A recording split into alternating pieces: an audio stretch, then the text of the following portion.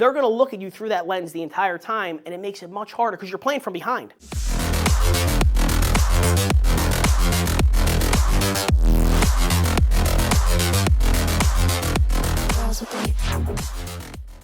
Interestingly enough, even if you're new to car sales, right, or even if you're new to a particular product, if you make a good first impression, right, I truly believe this, that a good first impression won't make you every deal, but a bad first impression won't make you any.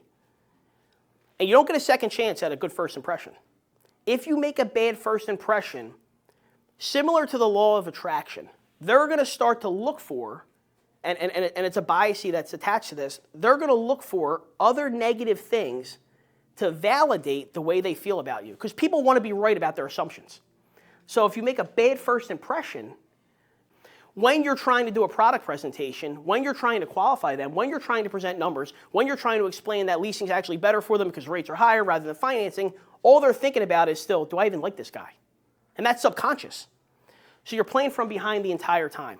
So the first impression is very important. Hey, my friend, thank you for watching. And if you want to see videos just like this one, I'm looking forward to all of your interaction and feedback. And I can't wait to bring you more videos just like this one. Thanks again. I'll talk to you soon.